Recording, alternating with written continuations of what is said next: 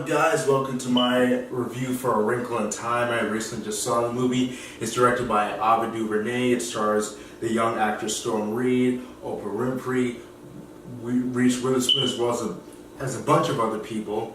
I was somewhat curious about this movie. I know I'm late to the game about this review because before I even saw the movie, when I was in the movie theater buying my ticket, there was a person behind me who actually already saw the movie, and he told me that he actually really liked it. So I was really curious at what this movie was going to be like, but having seen it myself, and that's really disappointing to say because I'm a fan of Ava DuVernay. I think she's a really excellent director. I think she did a fantastic job directing Selma, as well as the documentary that she also did, which she was nominated for an Oscar for. But unfortunately, she's given material that, from what I see, I don't, obviously, probably not everything is like the book, but I just wish that Ava DuVernay's clear vision was really just done better. And I really hate to say that because, you know, usually Disney movies, let's say 2015, Brad Bird's Tomorrowland. That is obviously, I would say, a better movie than this, but, you know, it takes a filmmaker like Brad Bird or Ava DuVernay who literally has a clear vision for a very different type of movie. Movies that we don't usually see. But the difference between Tomorrowland and A Wrinkle in Time is that Tomorrowland, it flowed better. You know, the story was unconventional as just like this, but it flowed better and there was a consistent story as the movie went along. This movie is just so jumbled. And there are so many characters in it, some who barely even get like 10 minutes of screen time. And you really just can't help but be like, why is so much in this movie and you're not going to utilize it? So easily the best part of this movie, I would say for me, was Gugu Mbatha-Raw and Chris Pine and Oprah Winfrey. Chris Pine and Gugu Mbatha-Raw play Storm Reid's parents in the movie. Chris Pine plays the dad who's actually been missing for 4 years. Spoilers if you haven't seen the movie. Because he tried to travel light years across the universe just like that, just by using your mind. And that was a really cool, interesting way to go about the movie. You know, but we do follow, of course, Meg, the young girl, played by Storm Reid, who, by the way, I couldn't help but realizing it. This is something my younger sister actually brought up before I even saw the movie, is that she looks like a younger version of Zendaya. I couldn't help but notice that as I was watching the movie. Like, before I even knew her name, I was like, is that like Zendaya's younger sister? Like, are they related? And then, fairly enough, I found out her name is Storm Reid, and she and Zendaya are not related whatsoever, despite the fact that they look exactly alike. So that's kind of funny and strange. But we do follow her character, and she does a good job for what she's given. You know, for the most part. There are some parts where she is kind of bland, but for the most part, she does a pretty good job portraying a girl who really feels out of place, especially with her father being missing. This is something I kind of took to heart because I fortunately lost my mother at a young age. I mean, I'm still very young, but I lost my mother a couple of years back, and I wasn't going through the best time either. I was just very grumpy all the time afterwards. So that's something I definitely took to heart. I definitely relayed with her character. You know, this movie is trying to be, you know, almost like a kid version of Interstellar, with, I would say, with you know, traveling light years across the universe and, you know, accepting life for what it is, and, you know, with friends along for the ride and discovering new things. But it's just, now obviously Interstellar and A Wrinkle in Time are two vastly different movies, but it just feels like that, like they're trying to be so different, but it just doesn't work. You know, some films in the past have tried to be different, and some have worked, but most have not. It's just, when you're trying to, there's a difference between being super different and actually trying to make a good movie, because you're just trying to be weird and be like, hey, look at the weird, eccentric characters that I made. You've never seen that before, right? Let me just get to my thoughts about this movie. Right off the bat, this movie actually started fine. You know, we get some really cool and symbolistic imagery of what the movie's going to be about.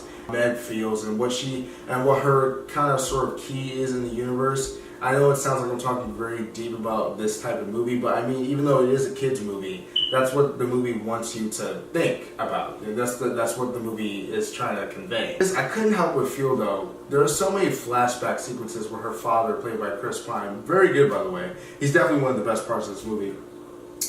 I just wish that this movie, because I didn't really like, I'll get to her younger brother in a minute. My God, I couldn't stand that character, but I just wish this movie was just about Chris Pine, Gugu Mbatha-Raw, and Oprah Winfrey. If they would have had Oprah Winfrey in there, maybe give that little cool sci-fi element, I think this movie would have played out a little bit better. I would have loved to see that movie, because there's a lot of flashbacks in the movie where Chris Pine's character is talking about how he wants to, travel around the universe light years in seconds by just using his mind, and no one believes him, and then he actually makes it work but he goes missing for 4 years, and then his wife is very sad that he's gone. She tries to find him.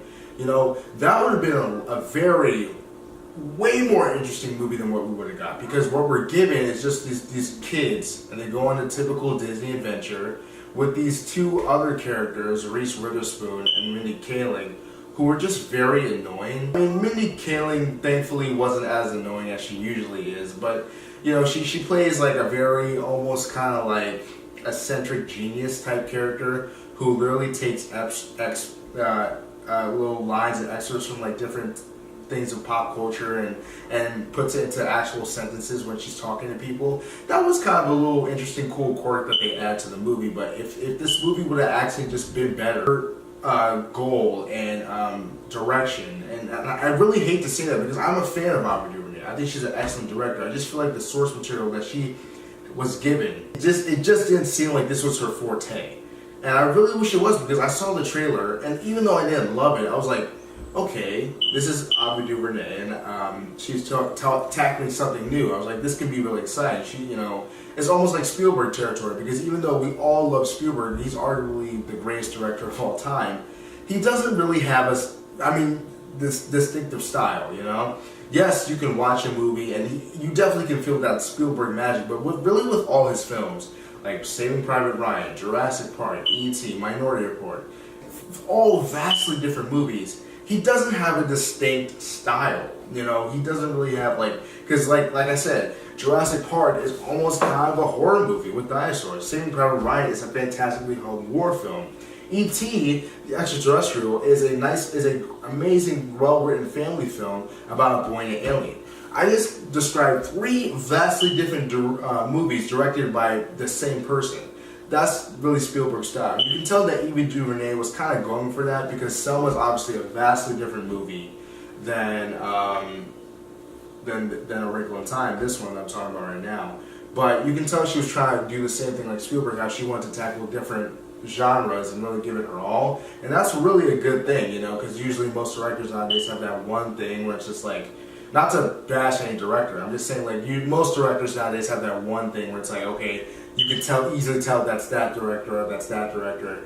It's good to have directors who can tackle any genre and make it amazing. And unfortunately, despite really trying and giving it all and really promoting this movie to be just kids getting involved and loving science, it just didn't work. First off,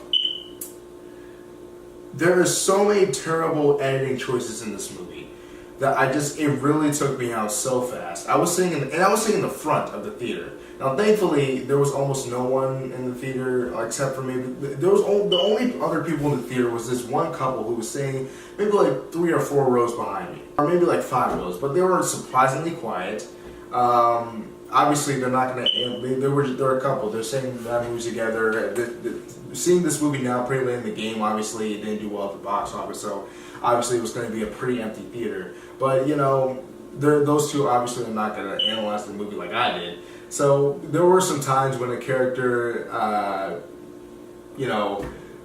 laughed or whatever, or did some funny thing, I guess, and the couple were like, and I guess that was cool. I'm analyzing this from a filmmaking perspective. There's some really awful editing choices, some really terrible green screen. This is some of the worst green screen. I may be exaggerating a little bit, but it's just so bad. I haven't seen this really bad green screen in a long time, and that's not good at all. Who is my number one negative about this film? The Charles Wallace character. He got on my nerves so quick, and I hate to talk about child actors because obviously they're children and they don't have obviously the amount of experience as say an adult actor would. They obviously don't have that same experience, so I can't be like, oh, they suck so bad. They're just kids. I mean, this kid, like in the movie who plays Charles Wallace, I'm going to estimate to say he's maybe like what, 6, 7 years old. So I mean, it's clearly that he didn't really get that much acting training. But it's just, but it really does show. I mean, he is awful in this movie, and I hate to say it like that, but it just, the film relies so much on him, and there's so many close-ups on his face. It's just, it's so really like awful. And another thing too is that they kept calling him Charles Wallace. Now, I have not read the book. I heard the book, but I don't think I ever read it. I have not read the book. Maybe in the book they constantly call him Charles Wallace, but Charles Wallace is like it's a full name. Just call him Charles. That was really annoying to me. They constantly call him Charles Wallace. Oh, Charles Wallace, don't do that. Hey, Charles Wallace, can you get that thing for me and do whatever? It's just why just call him Charles? Like that would have been a nice little nod if that was in the book, that they called him by his literal full name, Charles Wallace, for everything. Then I can understand that's a nice little quirk to give to the movie, that they call him by his actual full name almost for everything. This could potentially be funny if the movie had really if it had its own unique style, but this movie it doesn't. It just feels like people trying and failing, and it really is sad. And there also is a rushed setup. It just doesn't seem like it has any. It just seems too fast. You really don't get into this world of Meg and her friend or possible love interest in the movie. That's actually a positive I'll get to in a minute. But there's obviously, you don't really get into this world very much. It's very rushed like that. However, it is captured quite nicely. You do understand when it comes to her family life why Meg is the way she is, why she is a bit isolated, a bit introverted, because she obviously lost her father, who's been gone for 4 years now. They don't know if he's dead or alive, and you can understand from a person like that. I was like that. I learned in the 8th grade after that tragic event from losing my mother.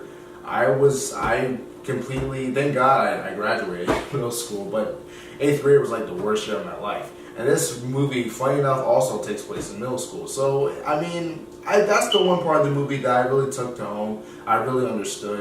It did relate to me. And it was captured quite nicely, actually. Ava DuVernay did a really good job with that part of the film. Also, I thought the romance in the movie wasn't terrible between, obviously, the kids, Meg, and I think the kid's name in the movie was Calvin. The actor who portrays Calvin, I don't know his name. However, I think I remember seeing him in Pan. But he's all right. He isn't doing an over-the-top performance, but he's just there, and he's doing the best that he's given. He's definitely the most calm person in this movie. Everyone else is either like or doing some weird thing. He is definitely the calmest part of this movie. And like I said, Chris Pine and Gugu Mbatha-Raw, who really, I'm sorry, that woman is just so incredibly gorgeous. I'm such an idiot. But she's an incredibly talented actress. I saw her in movies like Beyond the Lights, Irreplaceable You, The Cloverfield Paradox. She's been in a lot of movies. I saw her in Belle. She's a really excellent actress. Obviously incredibly beautiful as well. And she is quite good here. Although at first I couldn't quite, because she's obviously, she obviously is very young. And at first it took me a little bit to buy her as the mother of these kids, but then, she obviously projected her voice very well, and then I was able to buy her as this mother. And she did a really good job. As for Chris Pine, those two are definitely the best part of this movie, and I would have loved to see a movie about those two, and how he got lost for 4 years, and she didn't know if he was dead or alive or not. That would have been a way more interesting movie than the one we got. But let's get back to some of the other stuff that I had about this movie. Ava DuVernay, she does have a clear vision for this movie, and you can tell that she really tried. This is not like someone like Michael Bay or some other director who doesn't really give a shit about the movie itself. Ava DuVernay is really, really trying with this movie. Unfortunately, it just doesn't seem like this is her forte. This is not her creme de la creme. I'm trying to find a better word to say, but I don't think this is the type of material, or at least this source material for this movie that just wasn't right for her. Maybe she'll make another movie that's somewhat like in the realm of this type of thing. Maybe let's say like a superhero movie. There was actually rumors that she might direct New Gods, a DC movie. From what I've seen right now, I don't know if that would be a good idea, but I mean, maybe it was just this material that just wasn't right for her.